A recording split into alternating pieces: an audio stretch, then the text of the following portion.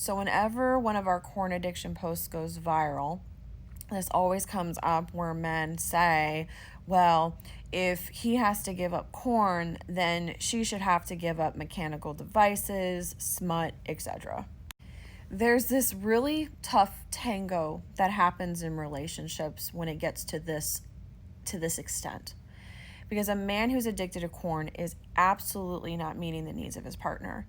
The vulgarity, the grape, the level of basically non-consensual sex in these videos, that when these men go to perform in the bedroom, they have ED, so they can't help get their partner there.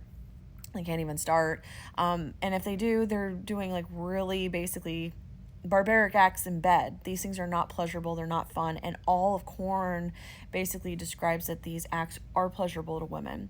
So women's needs go unmet for years, sometimes months, weeks, whatever it is, but women's needs are so neglected. I've had calls with women who are like, how can we fix this? Like, how can we fix his ED?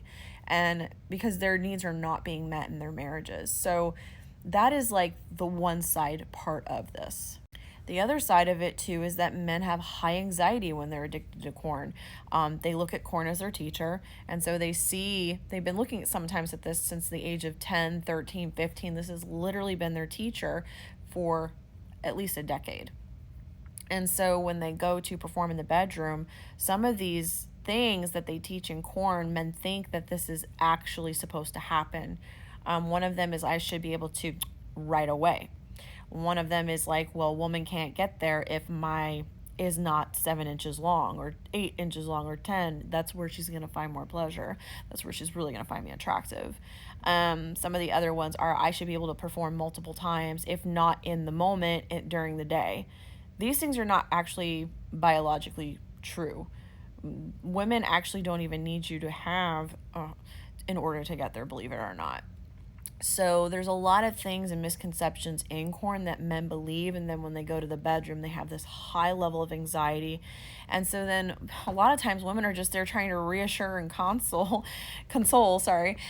these men, like, it's going to be fine, it's going to be okay, like, everything's okay, no, you're amazing, and so then that's just even more effort on our part, where we're just constantly having to reassure and affirm, and it can be exhausting.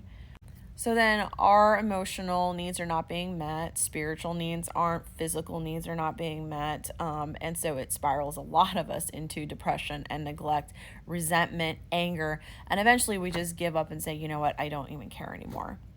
And so therefore comes in smut and toys and things like that. Us seeking something outside of the relationship because we don't want to cheat. We don't want to go out and cheat, where a lot of these men do end up cheating. So we're trying to look for things that are going to fulfill us because we're stuck in a very difficult, unhappy situation.